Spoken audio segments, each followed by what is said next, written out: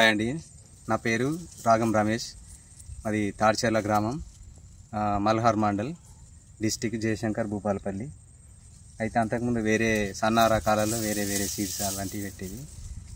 ఈ జెనెక్స్ కంపెనీలో మాకు అయాన్ 2025 రకం అని మాకు తెలిసిన వాళ్ళు చెప్పడం జరిగింది. అయితే కొత్తగా ఇది పెట్టినాం. ఇప్పుడు కొత్తగా ఇది ఇట్లా వచ్చేసింది కంకి కూడా.